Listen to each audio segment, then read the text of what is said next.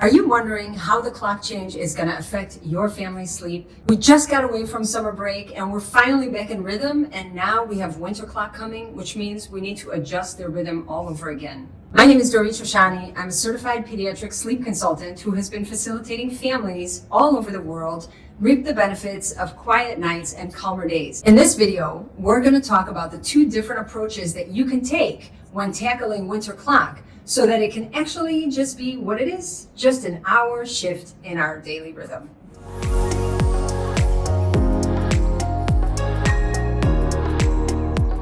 There's the proactive way that we can go about handling the changing clock. And that just means that we're intentional before the change happens in order to help facilitate the shift for our kids. And then there's another way that I actually discovered quite by accident. And I'm going to share that story with you. So make sure you stay with me all the way to the end. Now, it doesn't matter which way you choose to go about it, because really what makes the most impact is the fact that you're intentional when going about the change. So you can become intentional in being proactive, and you can become intentional in handling the shift once the clock shifts. It's all about intention, and that's what we're going to learn today, where we want to be putting our focus. So there's the conventional way that we can go about this. The conventional way that probably many of you have heard of, which means that we're going to be proactive. We're going to anticipate the change in clock, and we're going to start a week before the clock shifts. And we're going to push our child's bedtime forward because the clock is going back. So we're going to push our child's bedtime forward by 15 minutes every other day. It's not enough just to think about bedtime, because that's actually where we go wrong. We think, okay, we're going to be proactive. We're going to shift the child's bedtime by 15 minutes every other day, and that should do the trick. But the truth is that we need to look at the entire day. And so we're not just focusing on bedtime. We're also aware of what time our child wakes in the morning, what time they eat their meals, when they nap, and that entire phase needs to shift. So the entire schedule is being bumped by 15 minutes every other day. Now, when we do this, we will find we may have a little bit of sleep work to do on the days before the rhythm of the body has been set.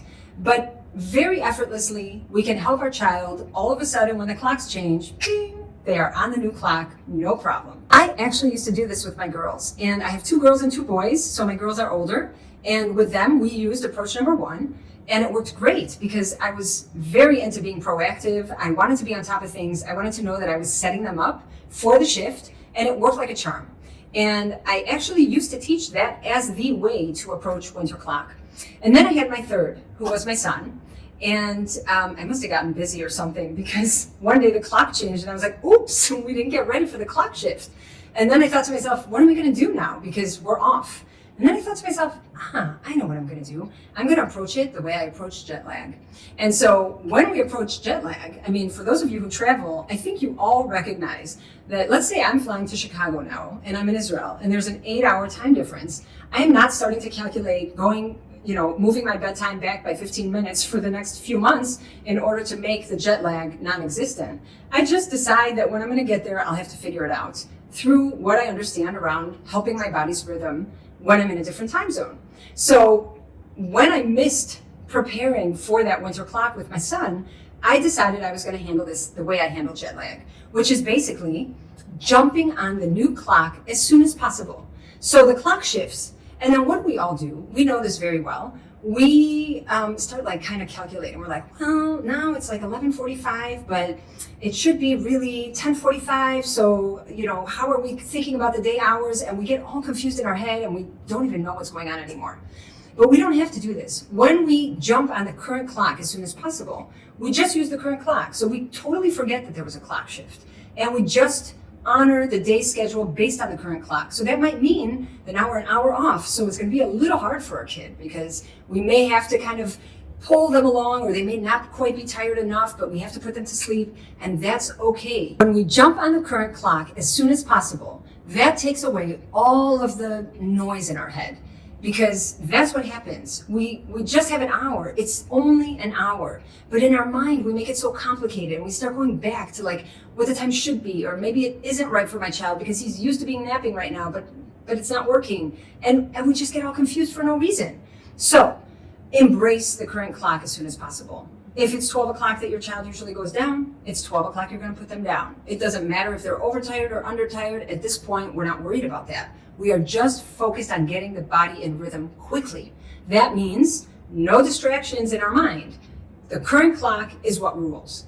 Okay? Now, when the current clock rules, what does that mean? What are we actually paying attention to so that we can facilitate the shift? We want to pay attention to the two number one factors that influence our circadian rhythm. And for those of you who are following me, you have probably heard me talk about this many times because it is something that is so prominent just in my understanding of how I can help my body be in rhythm. That means sunlight is the number one factor that influences our circadian rhythm, and digestion. When we wake up in the morning, the first thing we want to do to help our body be in rhythm is expose ourselves to bright light. And if now we are on a new clock and we are waking up earlier, or our child is waking up earlier than they normally would, we don't want to just say good morning and start the day, because the bright light is going to trick the body to thinking that that hour earlier is actually morning time. So we want to help the body. Remember, we're always thinking of two things. We think of the body and we think of the mind. So we want to help set up the body in addition to setting up the mind. And the mind means we have predictability. Things are so consistent, we can predict that they're happening. But the body also likes predictability. In our cells, actually physiologically, we enjoy having a rhythm. We said sunlight and digestion are the two factors that influence the body's circadian rhythm. And if we're now jumping on a new clock, we want to make sure that sunlight and digestion are not a factor before you want to say good morning. So if your house says good morning at 6 a.m., now all of a sudden it's 5 a.m. because we moved the clocks back. We want to make sure that we're not exposing our children to bright light or giving them food before 6 a.m. so that the body stays in a rhythm. So we keep them in the dark and we maybe just kind of keep a lower tone or encourage them to fall back asleep, and don't result in saying good morning before the time comes. One last tip is that blue light, remember, is also like sunlight to the brain. So you don't want to be putting your kids in front of a screen for that last hour of the night, because that will totally get your child's body stuck the way it would if you were just opening the windows and saying good morning. The big takeaway is that it doesn't matter which camp you belong to, if you're going to be proactive or if you're just going to jump on the current clock as soon as the clock shifts.